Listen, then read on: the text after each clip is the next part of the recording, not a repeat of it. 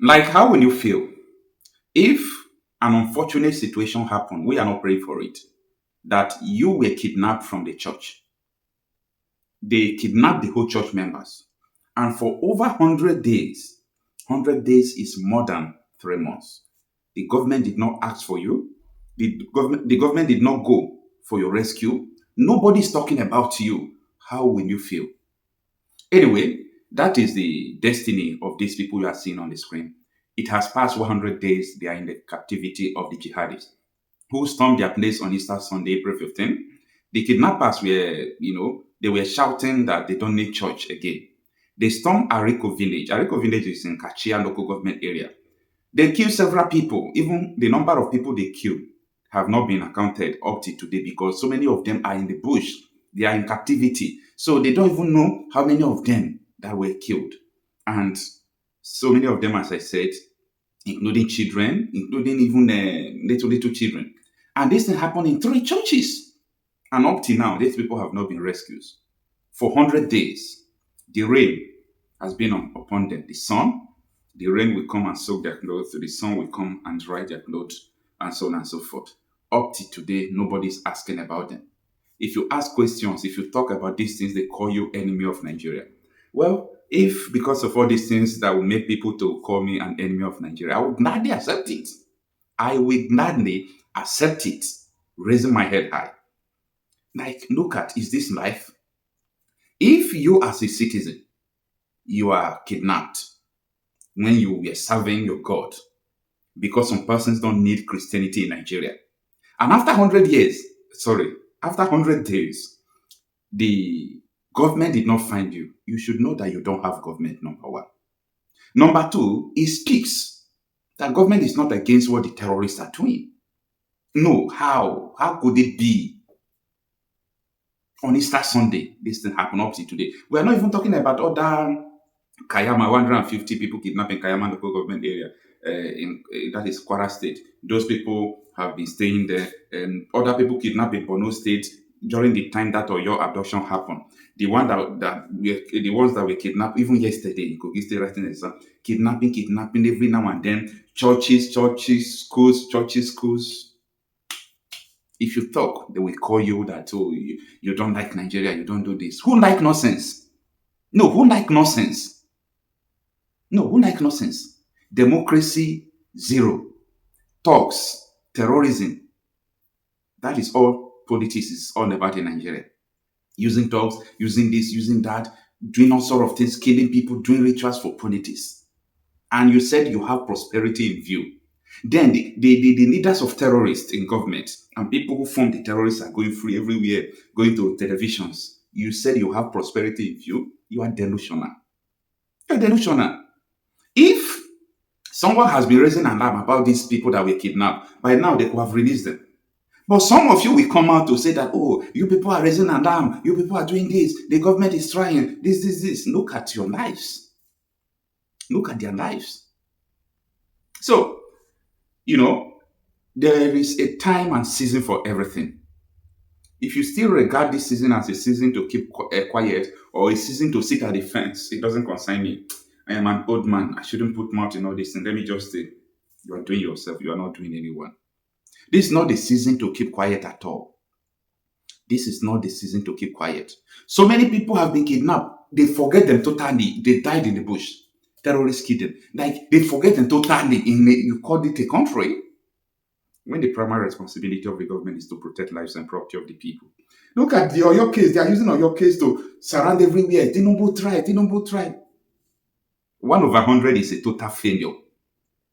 And I ask again, where are the terrorists that they said they arrested about this Oyo State adoption? I have ever put so many questions to you that if you can answer those questions, you will understand Nigeria. And one of the questions is that, why is it that the leader, the founder, and the sponsor, the chief sponsor of Boko Haram, who was a former governor, is working free today, campaigning for Tinubu? Why? If you can answer that question, you will understand Nigeria.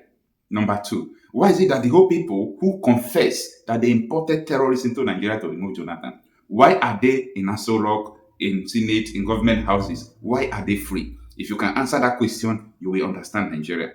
The third one I always ask you is who made the call? Terrorists were coming to kidnap school children, and a top officer from Abuja made the call. A top political figure made the call, telling soldiers to leave to allow terrorists to kidnap the school children. The soldiers confessed and said, "Oh, a call came from above. They said we should leave." Up to today, fear did not even let either NSA or Christopher Musa, the Minister of Defense. Nobody have the cause to bring up who made the call. I am trying to make you to understand Nigeria. We are beating around the bush. All these terrorists, what do they actually want?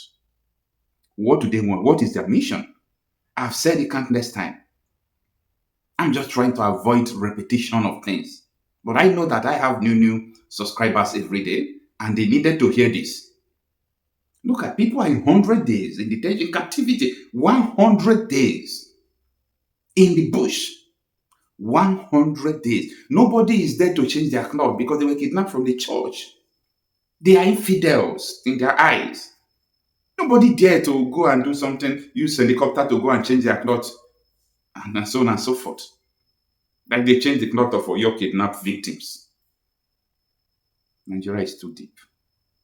Nigeria is very, very deep. Now tell me, who will raise alarm for these people? Who is going to cry for them?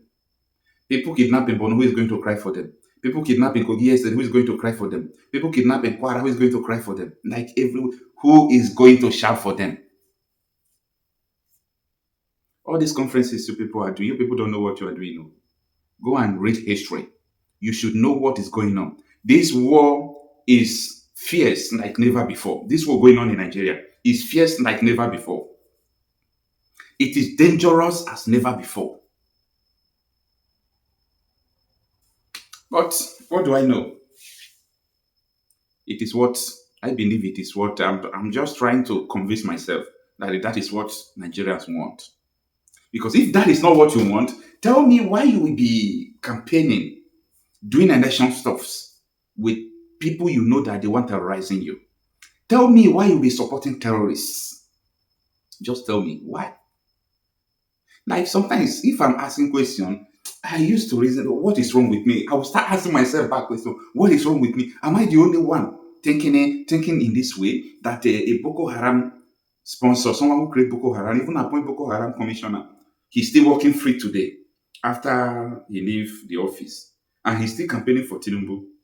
Like, I would think that there is something wrong with me because I don't know whether I'm the only one thinking like this. Or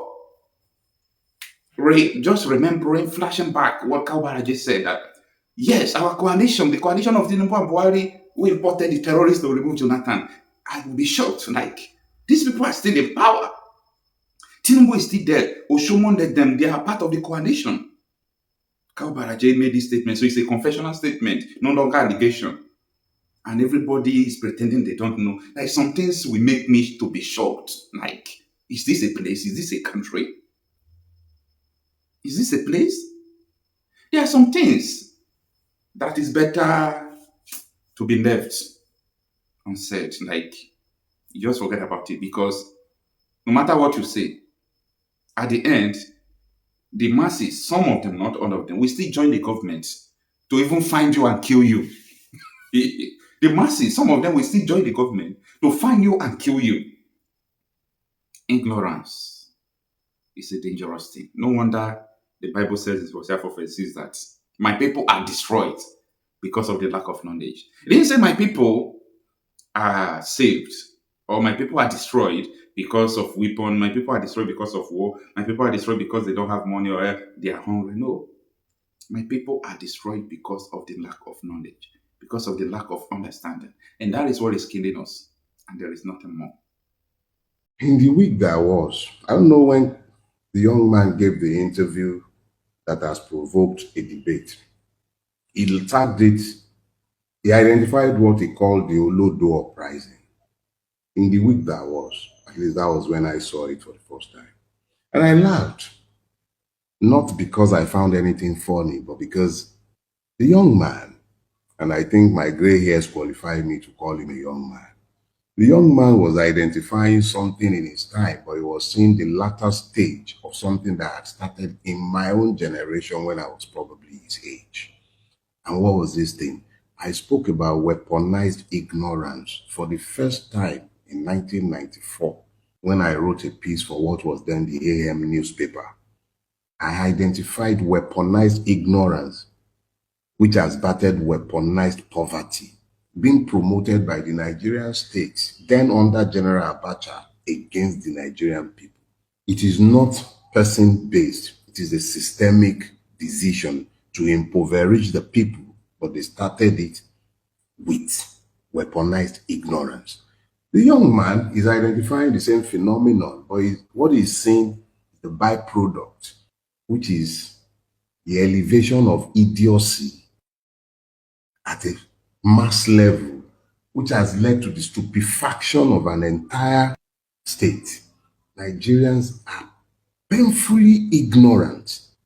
And the painful thing about the ignorance is the willfulness of the ignorance, because when you present these persons with facts, verifiable facts, they dismiss these facts because it could not pass through the filter of their ethnic, religious, or partisan biases. Almost as if their refusal to accept the truth invalidates the truth. And then we are all harvesting the product of this Olodo uprising. But Olodo uprising was fathered by weaponized ignorance, which is a tool deployed against the Nigerian by the Nigerian state itself.